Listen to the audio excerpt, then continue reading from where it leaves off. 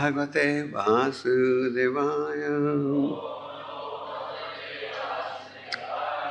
Om Namo Bhagavate Vasudevaya. Om Namo Bhagavate Vasudevaya. Remember in Montreal, we used to have these devotees every Sunday. And we used to begin the devotees by reading from the Nectar of Devotion. Of course, those days, the temple was a lot smaller. So it may not be possible to hold it every week now because we have so many different activities that have to be performed with strain on manpower. So today also we shall begin our devotees with a little bit of discussion on some spiritual topics and then talk about the plans that we have and throw the floor open to any questions or comments that any of you may have. So in the Nectar of Devotion, certain characteristics for rendering devotional service to the Lord are described. We shall briefly discuss that. The first characteristic of the devotee is always anxious to utilize his time in the devotional service of the Lord. He does not like to be idle. One service 24 hours a day without deviation. So this is Rupa Goswami's instruction. Rupa Goswami needs no instruction. He was specially instructed by Chaitanya Mahaprabhu to prepare the manual for devotional service. And the manual for devotional service is called the Nectar of Devotion. I remember in Los Angeles in 1972, this Nectar of Devotion was released by Prabhupada, and Prabhupada lifted the book up and said, this is our law book for devotional service. So, in the law book for devotional service it says that one of the characteristics is the devotee is anxious to utilize his time in devotional service all the time, full 24 hours. And this law applies to everyone who wants to be a devotee of the Lord. It is not that this law only applies to brahmacharis or sannyasis. No. This law, that anyone who wants to get the mercy of the Lord must be engaged in devotional service for 24 hours, applies to every initiated disciple in the Krishna conscious movement.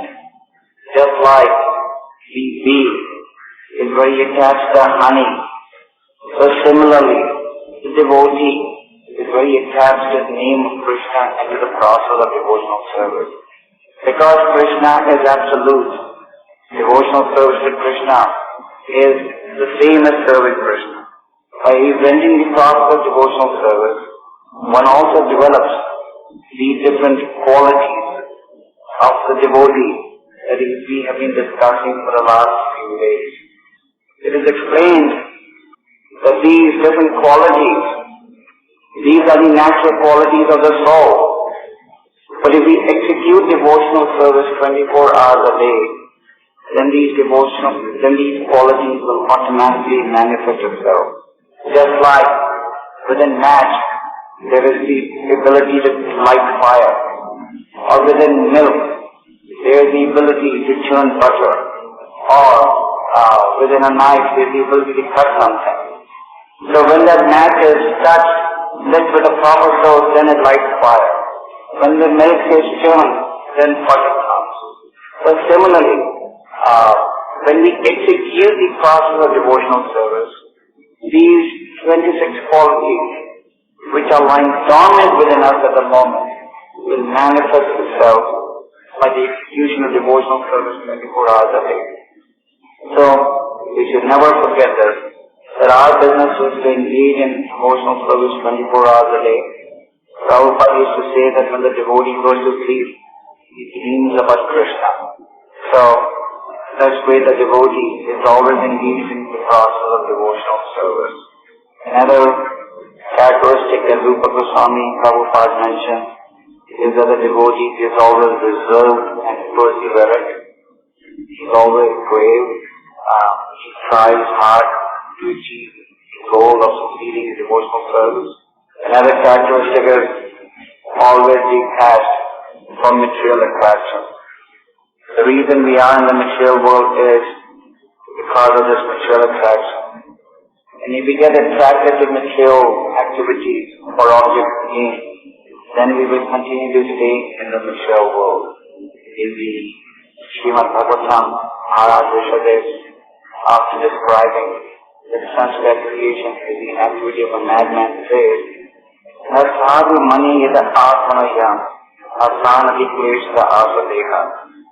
Says that, O living entity, you do not realize that this body which is presently giving you trouble is because of your materialistic activities in previous lives. And now again you want to get attracted to materialistic activities? What a shame.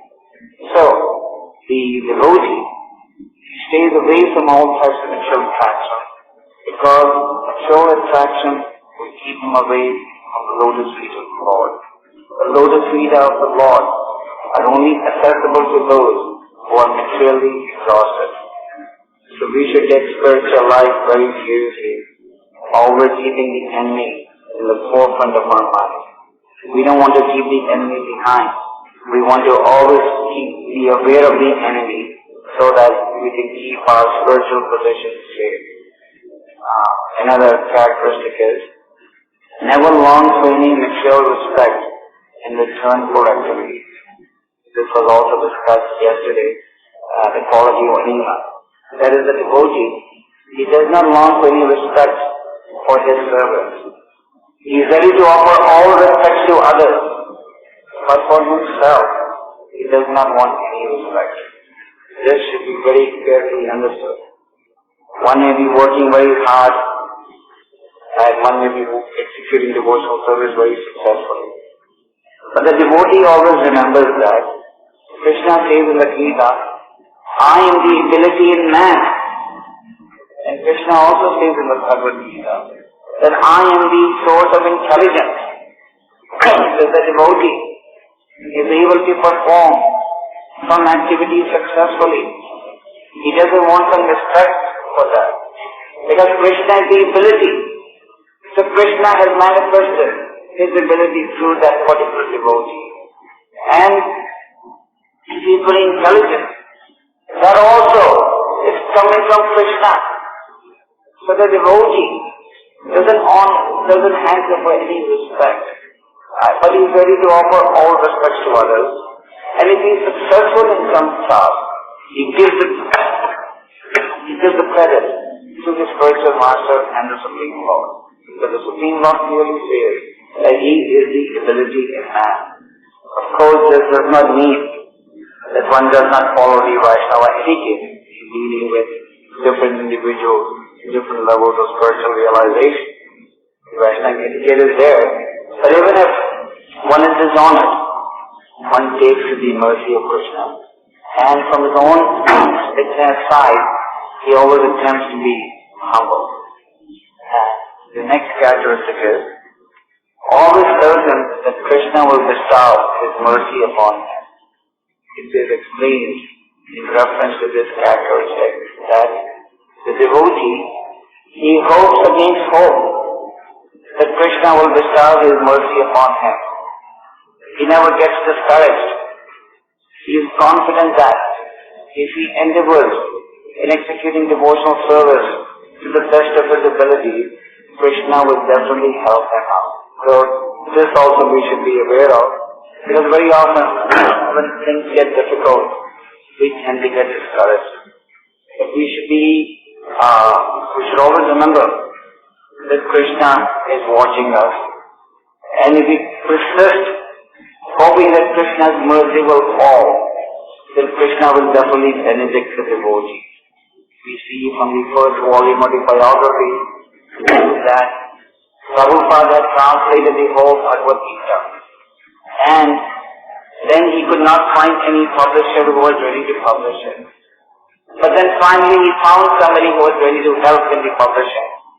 And then when he went back to Calcutta, he found out that his servant had sold a manuscript, which still Prabhupada prescription, and he then translated the whole Gita. But imagine translating a whole Bhagavad-gita by hand. At that time, Prabhupada had no assistants, no secretaries, no typists. He handled the whole translation, and still, even though it was stolen, he still persisted. So the devotee is always hoping that Krishna's mercy will fall upon him, and he will be successful in fulfilling the orders of the spiritual master and the Lord. Another characteristic is, the devotee is always very eager to serve the Lord faithfully. He wants to serve the Lord with love. In the Bhagavad-gita, Krishna says, Desam satava yuktanam pajatam priti purvakam. Priti purvakam. Priti purvakam means with love. So Krishna wants our devotional service with love, not just out of compulsion. Krishna consciousness is defined to consist of three characteristics. Pavitram, Shushakam, Adhyayam. Pavitra means Krishna, the path of devotional service is purest. And Shushakam means it is happily performed. So even when this devotional service happily and enthusiastically with love for Krishna, then Krishna will also reciprocate. Of course, in initial stages, we may execute devotional service as a matter of duty. But if we sincerely do it as a matter of duty, then that duty will culminate in love. Then we would want to lovingly serve Krishna. Just like a mother, a conscientious mother, she takes care of her child with love. She doesn't take care of the child grudgingly. So similarly, the devotee wants to serve Lord Krishna faithfully with love. Whatever duty he is assigned, he is ready to execute it with love, faithfully. So, we should always remember that whatever service we do for Krishna, it should be done with love and faithfully. Our mentality should not be that I should try to get out of this service by some excuse or some pretext or the other. We should always remember that Krishna is the Paramatma, is situated in everyone's heart, and in that position, he honestly knows whether we are able to serve him or not able to serve him. So we should never lose sight of the fact that whatever service we are asked to do, we should do it with love and faith that Krishna will accept myself. Very often, when we are assigned something, we may turn our anger against temple authority that is assigning us that service. But we should understand that since that service is being requested for the pleasure of Chaitanya Mahaprabhu's objectives, there is nothing to lose. Sometimes the devotees say that I've been exploited or I've been overused. There is no question of spiritual exploitation. Whatever service one has done stays to one's eternal spiritual credit. Otherwise the whole Bhagavad-gita will become false. In the Bhagavad-gita, Krishna says, whatever service one has rendered to me, that will never go in vain. So if one has worked hard for Krishna, Krishna is not going to forget that. So we should always keep this in mind, that devotional service, whatever we do, will never go in vain. And whatever service we are asked, we should do it with love for the pleasure of the Lord. Another characteristic is, the devotee is very attached to chanting the holy names of the Lord. As we all know, we should be very attached to the chanting of the holy name. Prabhupada used to give examples, just like a fish cannot live outside of water even for a minute. So the devotee doesn't want to stay away from the chanting of the holy name even for a minute. When one cannot chant the holy name because of the service that he may be rendering, then one always meditates. One can always meditate on the holy name, the different pastimes of the Lord, how he has created this material manifestation, how the Lord will animate this, how the Lord is performing such wonderful activities in association with the devotees. If we do not have this attachment for the holy name, that means the spiritual disease is very strong within our heart. That means material desires are still very dominant. So these material desires can be cleansed if we develop attraction to the chanting of the holy name. Prabhupada used to say, if the heart is as black as a coal, Normally the coal cannot become white. The chanting of the holy name is so powerful that it can convert the black coal-like heart into a white heart. Another characteristic is always eager to describe the transcendental qualities of the Lord. When you love someone, you always want to talk about him. So similarly, the devotees love Krishna, and because they love Krishna, they are always anxious to talk about his glories. There are so many glories about Krishna, and the Bhagavatam explains that the person who describes these glories and the person who hears these glories, they all benefit. So the devotees are not interested in prajalpa. They are not interested in idle talk. One or the other, they should get attracted to describing the transcendental glories of the Lord. Even when we meet each other, we should be talking. Oh, do you know that in the Bhagavatam, Krishna it says, Krishna is this, Krishna is that. Always talk about describing, always describe Krishna's transcendental glories, both to the devotees and to the non-devotees. Another characteristic is very pleased to live in a place where the Lord's transcendental pastimes are performed. So that means that wherever the Lord's pastimes are performed and as associates, devotees are living, the devotee wants to live in the association of other devotees. Chaitanya Charitamrita advises one should avoid the association of non-devotees. The Lord's pastimes are being performed not just in Vrindavan or Mathura or Dwarka, but they are being performed wherever the Lord is being worshipped. Like we have this very beautiful Sri Radha Manohar temple here. The Lord is also performing his pastimes here. Every morning the Lord is greeted in Arati. Devotees chant and dance in front of the Lord. So the devotee wants to live in the association of other devotees in the location where the Lord's different pastimes are being performed. So these are briefly the 9 characteristics of devotional service that Gopal Krishna recommends. Of course, we could discuss them in greater length, but time doesn't permit us to do that. It is also important to keep in mind the 6 characteristics that Gopal Krishna outlined in the Sri Updeshana as necessary for success in spiritual life, like Utsahan, Nishtayat, Hariyat, Satyama, Pavadana, Sangatyaga, Sato, Vetres, Sabhi, Mangri, Manashri.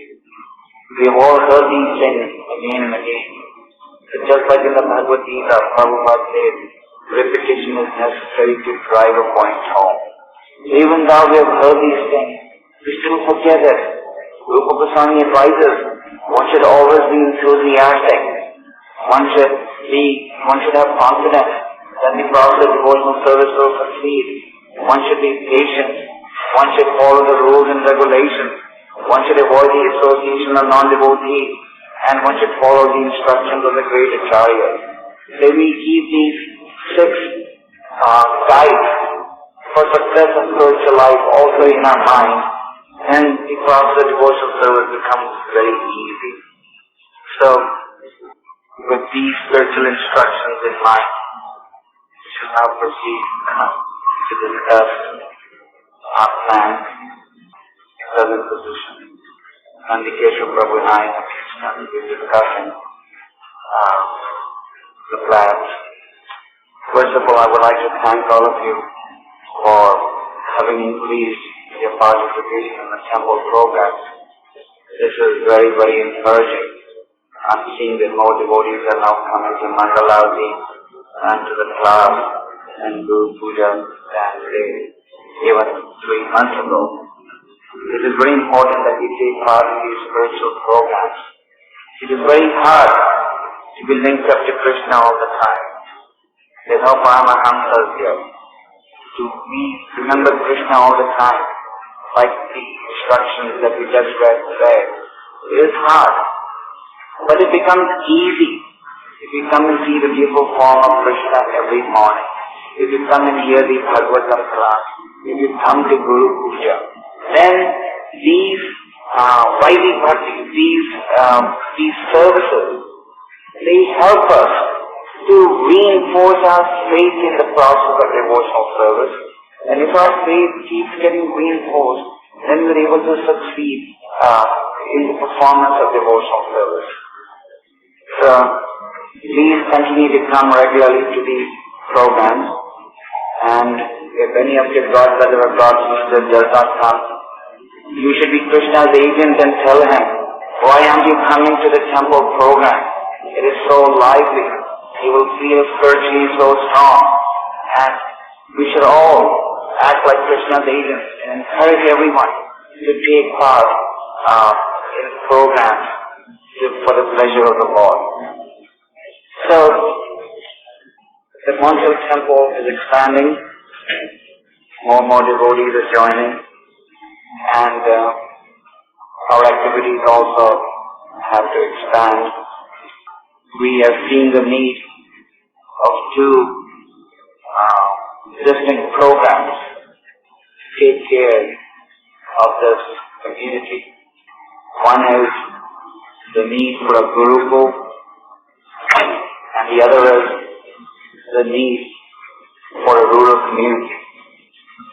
2 years ago, we had the same problem in Vancouver. Every time I would go there, we were all Bhagavad Prabhu and I would talk. The parents were so worried. We didn't have a Gurukul. And, we were always telling them it's starting. But as things are in ISKCON, it takes a little time to get something off the ground. Because we are always short of manpower. We are always short of Lakshmi. So, many times we promise and we are not able to fulfill that promise.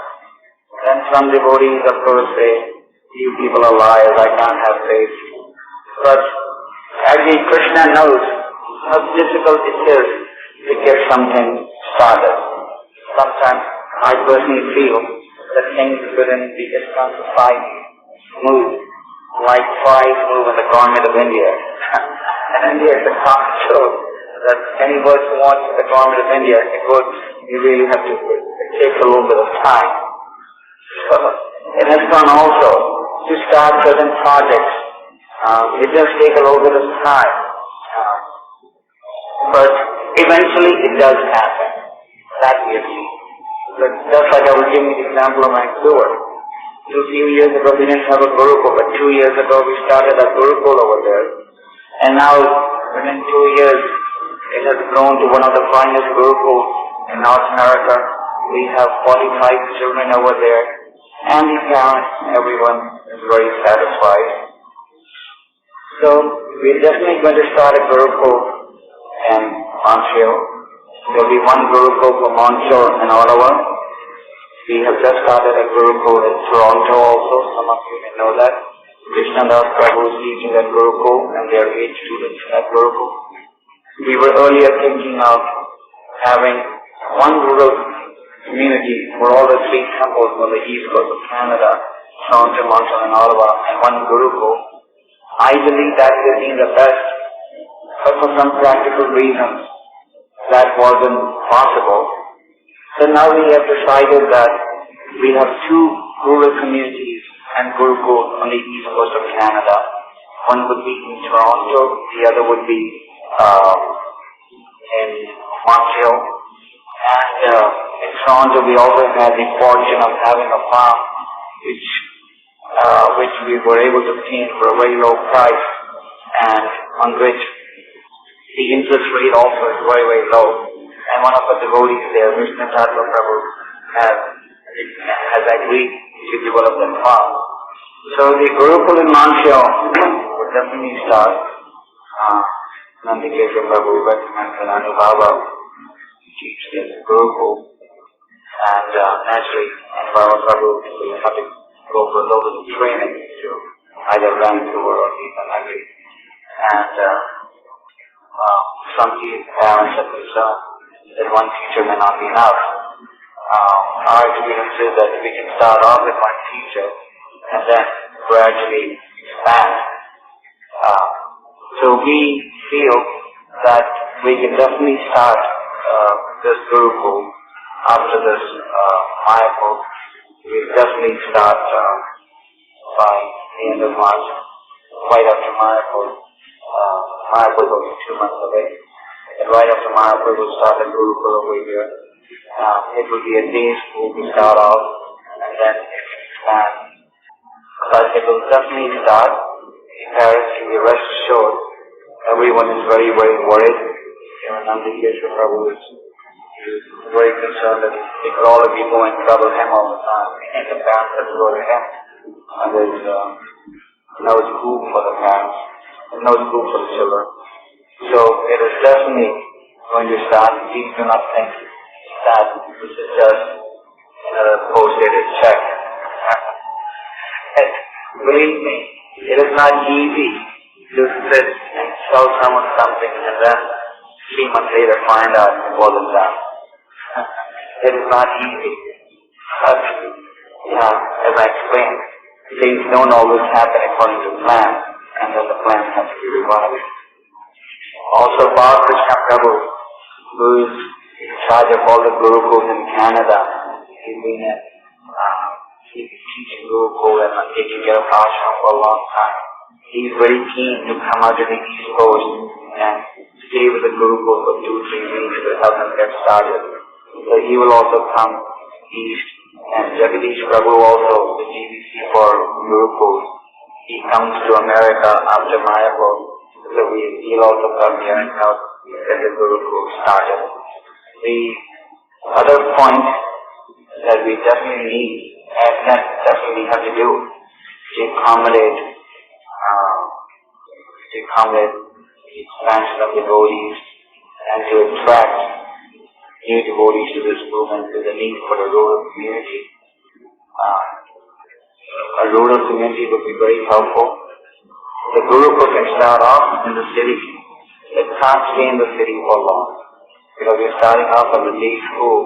But eventually a Gurukul needs day school and ashram. And the children also need place to play.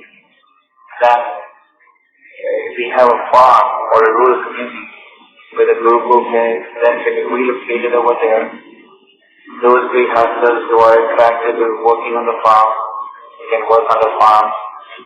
Some of us may have some different abilities in crafts. They can be their crafts on the farm. The rural community is very necessary. We've also been talking about this for a long time. We also had one which most of you know was very successful. But that doesn't mean that we cannot be successful. There's the English saying, try and try again will succeed at last. And we all learn from our mistakes. So we feel that everyone has learned from the mistakes we've made, and these mistakes will definitely be avoided. And we're trying our best to come up with the money so that we can get a farm. We cannot give a commitment regarding the date, but all we can do at this point is state that we are definitely interested in a rural community project for Montreal and Ottawa temples combined. And if we can come up with the money in the next few months, then definitely we would like to go ahead with it. The specific details of how the farm should operate can be worked out. There are several devotees here who have a lot of experience in farming, and the details can be worked out. But in principle, we agree that we should get a rural community as soon as possible. Nandikeshwar Prabhu also feels that if we have a rural community, this will attract certain people who may not be attracted to join the movement in a city. This is a fact. So let us keep looking and see what Krishna desires. The another important thing that we wish to discuss is the program to ensure that we distribute books continuously. As most of you know, we had imported a year ago a big stock of Bhagavad-gita, and we were hoping to finish paying off these books this December. But given that our devotees worked as hard as they've always worked in December, They tried their best. Still, the December marathon wasn't as successful as we had hoped and expected. The retail sales data shows that this December was very bad. The economy is in a bad shape, and very factors contributed to the fact that we were not able to do very well this December. And the result has been that we still have not paid for the books that we had imported about 15 months ago. And another problem with this is as long as we don't pay off for these books, we cannot import any more books. So we decided, and the Keshu Prabhu and I, we decided yesterday that we will have two separate accounts in this temple. One would be an account in which the Lakshmi collected by certain devotees will go, and this will be called like the BCT account of the Montreal temple. So we have been requesting some devotees in the past few days to please go out on Sankirtan for the next few months so that all the Lakshmi can be deposited in this BCT account, which will be used to pay off for the books and plus to print some new books. Prabhupada considered book distribution to be the most important part of our activities, and it is encouraging to note that how all over the world our devotees are trying very hard to expand book distribution. I have with me a nice poster that they have produced in Australia. All of you may not be able to see the poster, but you just hold it out and you'll get a glimpse of how our devotees are trying all over the world to expand the distribution of these books. Very nice, isn't it? Huh? Yeah. Who can help, who can take part in this Sankirtan to help pay for the books. We know that some of us have said that we can't go on Sankirtan anymore. We've already done it for so many years. But we should never forget the fact that the soul can never be firm. It's only the mind that gets first. It's only the mind that tells you, you've done it now. You've heard this lie 100 times. You've heard this appeal 1,000 times. That's always the mind. But the soul can never get tired. This is what the second chapter of the Gita tells us. So we would want to request all the devotees here to please help in collecting funds for the Montreal BVT so we can pay off for these books and print all the French titles that we can. There's so many new French books that we can distribute. There are so many nice programs that all of you are developing, like the Friends of Krishna. So you're more or less establishing a market that will buy all the French books that you bring out. But the problem is we can't bring out the books because we don't have the Lakshmi. But at the same time, there is enough manpower in this temple that if we try, we can definitely come up with a Lakshmi. We have over 70 adults in this temple. Why should it be just the responsibility of 7 or 8 or 9 brahmacharis to go and maintain the temple plus pay for the books? The brahmacharis are going out from morning to night, even in -40, they're standing out in the cold. They're ready to do everything for Krishna, and they're working as hard as they can to maintain the temple. But there's a limit to what they can do. Unless we all chip in, unless we all dive in to expand Lord Chaitanya Mahaprabhu's movement, we will not be able to expand it. So, at this point,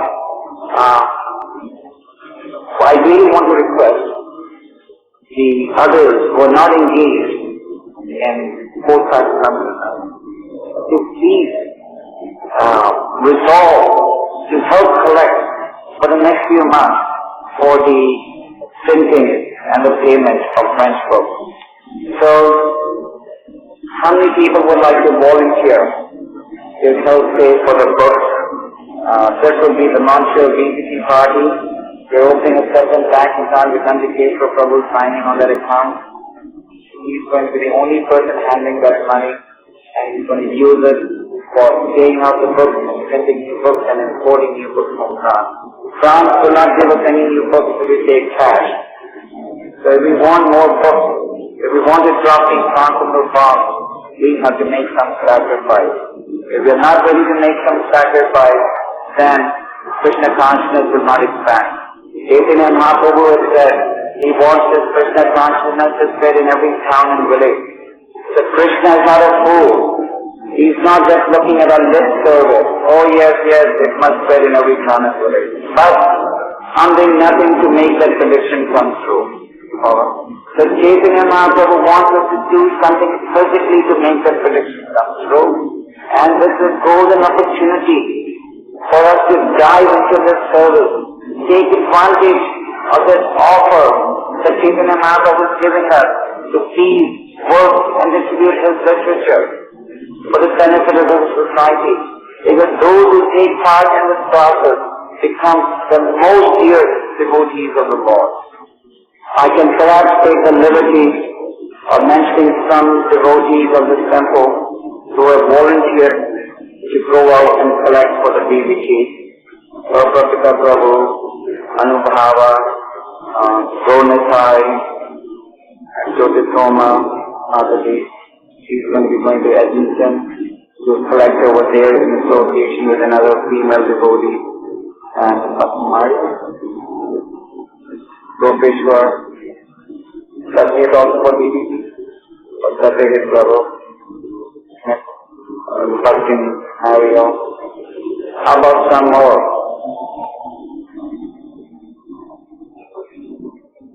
Any of the Mataji's can go out a little bit to help collect for the books. Any other volunteers?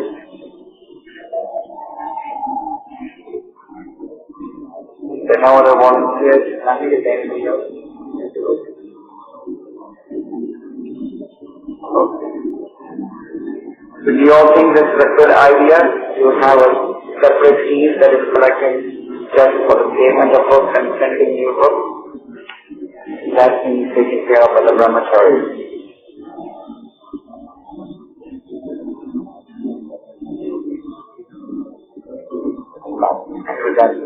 We talk about the books now. We should understand that in whatever ashram we are, our real business is to serve Vishnu all the time. In the Vishnu Purana it is said, Varnashmachara Vatapurushena Parapu Mam Vishnu Aradate. Aradate means to worship. So it says in the Vishnu Purana that whatever varna or ashrama one is in, Vishnu must be served. And in Kali Yuga, Vishnu is served through the Sankirtan Yajna. In previous ages, we could perform these rich temple sacrifices. People could spend thousands of dollars in ghee, milk, distribution of cows. They were expert in chanting and mantras. But these rituals cannot be performed in this age of Kali. In this age of Kali, the only process of worship is the process of Sankirtan. And this process of Sankirtan consists of two activities. One is chanting and dancing at the holy name of the Lord, and the other is distributing the mercy of the Lord. So this is the yajna for this age. So whether one is a brahmachari or a grihastha or a vanaprastha or a sannyas, his real business is to serve Vishnu. And unless all the varnas and ashramas don't combine together to serve Vishnu, the community will not expand much spiritually. Just like it is said, all the parts of the body are meant to feed the stomach. Prabhupada used to give the example that once the different parts of the body, they had a meeting. They said, why is it that all the food goes only to the stomach? So they decided that they are not going to put any food in the stomach. and decided he's not going to lift the food and put it in the stomach, and so on. So a few days later they found that since they started starving the stomach, they themselves became weak. And then they had a meeting again. And one of them said, yes, we all became weak because we stopped feeding the stomach. And we're all part of the stomach. So, the different varnas and ashramas, but they're all part of this community. So if we want this community to become strong, if we want Lord Chaitanya to be established in every town and village of Quebec, then all the parts of Lord Chaitanya's body that are here have to work together to serve him. If anyone decides, I cannot do anything practical, then it will not be a very healthy community. So everyone has to work together to expand Sri Chaitanya Mahaprabhu's movement. The printing situation for books. What's that?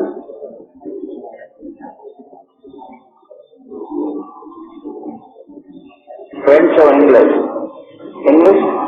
For English they have everything now in Los Angeles. They just printed everything.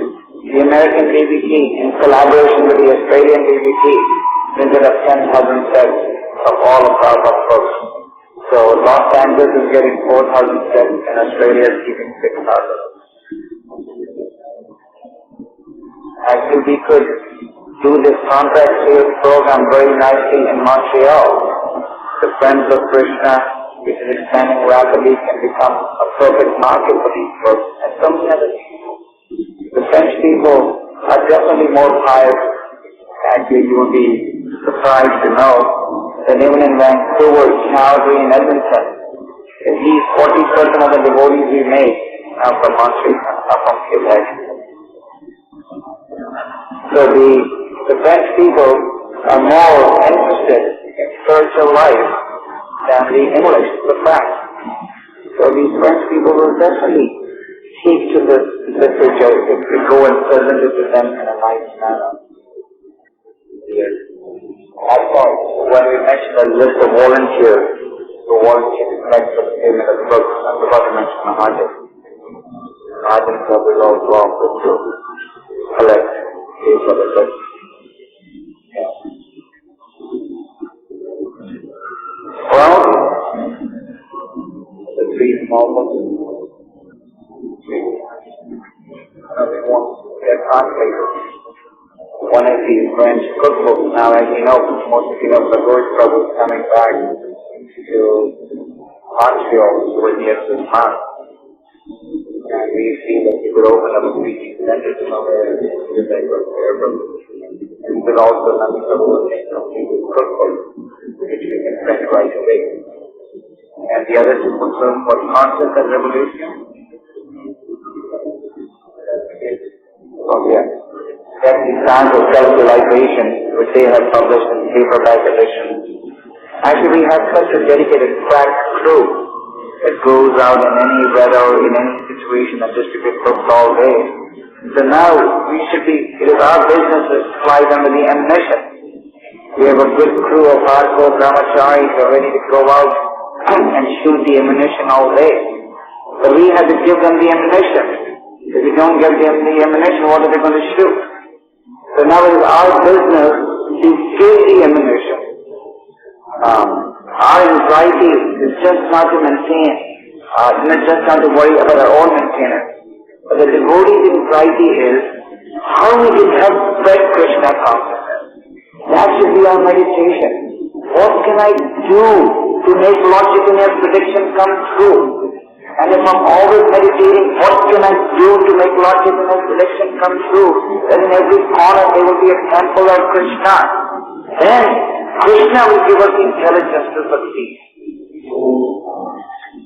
We normally do not quote from material statements, but President Kennedy, when he was inaugurated as the president, made one very important statement. He said in his inauguration speech, ask not what the country can do for you, ask what you can do for the country. So similarly, we should not be asking what is the temple doing for me. We should be thinking, what can I do to help expand the temple's activity? If that is our meditation, always.